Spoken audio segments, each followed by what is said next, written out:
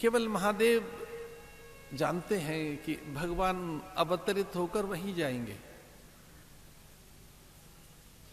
मथुरा में केवल अवतरण होगा, वो प्रकट होंगे, लेकिन सर्वथा जो योग्य हैं, अधिकारी हैं, जो सिद्ध हैं, निर्दोष हैं, जिनका निर्मल चित्त है, जो उच्च चरित्र के प्राणी है, धवल चरित्र जिनका है, स्वप्न में भी राग द्वेष जिनके यहां नहीं ठहरता है, जो स्वप्न में भी किसी का अहित नहीं करेंगे, जो दूसरों के उन्नयन उत्कर्ष में प्रसन्न होते हैं, दूसरों के दुख से द्रवीभूत होते हैं, ऐसे पुण्यात्मा, पोतात्मा, महात्मा वहां सब ब्रजवासी वहीं निकल जाएंगे भगवान।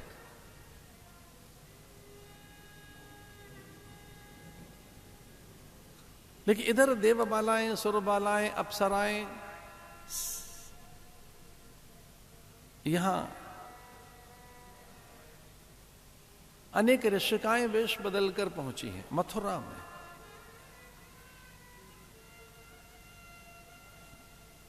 देवगणों को तो यह ज्ञात है कि वो मथुरा में प्रकट होंगे, महादेव ये जानते हैं कि वो पहुंचेंगे ब्रज में।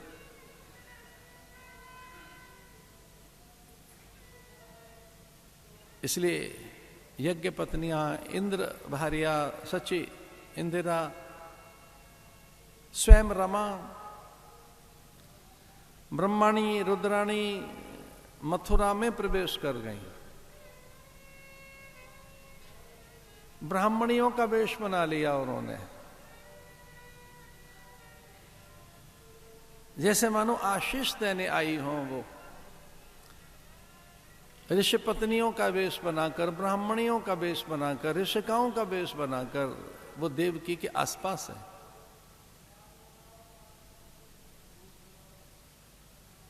देवकी चकित है, विस्मित है, ऐसा स्पर्श कभी अनुभव नहीं किया। जब धीरे से ब्रह्माणी ने उनका हाथ अपने हाथ में रख लिया कि इसमें मेहंदी लगा दें थोड़ी, अब आगदान होगा, द्वाराचार होगा, हस्तबंध होगा, सप्तपति होगी,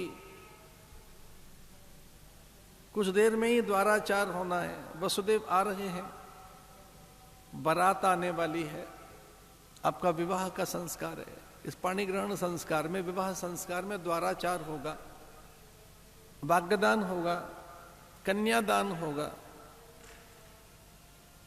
सप्तपति होगी, अग्नि के सन्मुख आप शपथ लेंगे। भाई कहता है कि मैं ही कन्यादान करूंगा। वो इतना अधिक आसक्त और अनुरक्त है, वो क्रूर कंस अपनी कटुता, ईर्षा, द्वेष, अपनी निशंसता, अपना आसुरी स्वभाव भूल गया। अब उसके भीतर दैत्य नहीं है, अब उसमें कोई राक्षस नहीं रहता है, उसमें कोई भोला सहज एक ऐसा प्राणी है जो देवकी को देखकर अश्रुपात कर रहा है, देवकी के श्रृंगार को देखकर जो भीगी आंखें लिए खड़ा है। अनुचरियां धकेल रही हैं उसे, हटो हटो।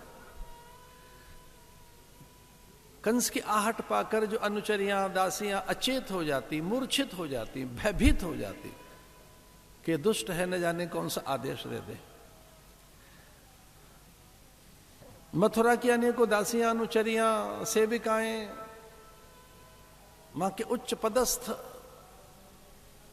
शीर्षस्थ शिखरस्थ सचिवों की पत्नियां या उनकी बहु बेटियां भयभीत होती थी, ये दुष्ट है। लेकिन आज वो निर्बंध हैं, चूंकि वो उनसे ही याचना कर रहा है कि मुझे देवकी को और निकट से देखने दो। अनुचरियों ने मना कर दिया, स्वामी आप यहां नहीं आ सकते, वधु का श्रृंगार हो रहा है। परे धकेल दिया उसे, चूंकि वहां स्वयं रमा पहुंची हैं। धन्य है ये स्त्री जिसकी कोख से भगवान आएंगे।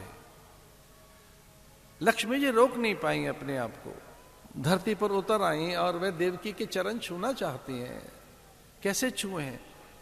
चरणों के श्रृंगार को ठीक करने के लिए आलतक लगा देते हैं थोड़ा। जिस दिन ये भनक लग गई लक्ष्मी को कि आपकी कोख से परमात्मा आएगा, सच मानी आपके पैर छूने चली आएगी लक्ष्मी। जब ये पता लगे कि आप के यहां कोई महापुरुष आ रहे हैं, देव द्वार पर खड़े हो जाएंगे, ब्राह्मणों के झुंड में ब्रह्मा आ जाएंगे, सन्यासियों के झुंड में शिव प्रकट हो जाएंगे आपको आशीष देने के लिए। जब कोई ऐसे महापुरुष का आगमन होता है, वो तो स्वयं आ रहे हैं, परिभू स्वयंभू, वो तो स्वयं आ रहे हैं। भगवान जगन्नाथ आ रहे हैं, भूतेश आ रहा है, आद्य पुरुष आ रहा है, परम पुरुष, प्रथम पुरुष। इसलिए लक्ष्मी जी उनका आलतक ठीक कर रही हैं, आलतक लगा रही हैं, आलता।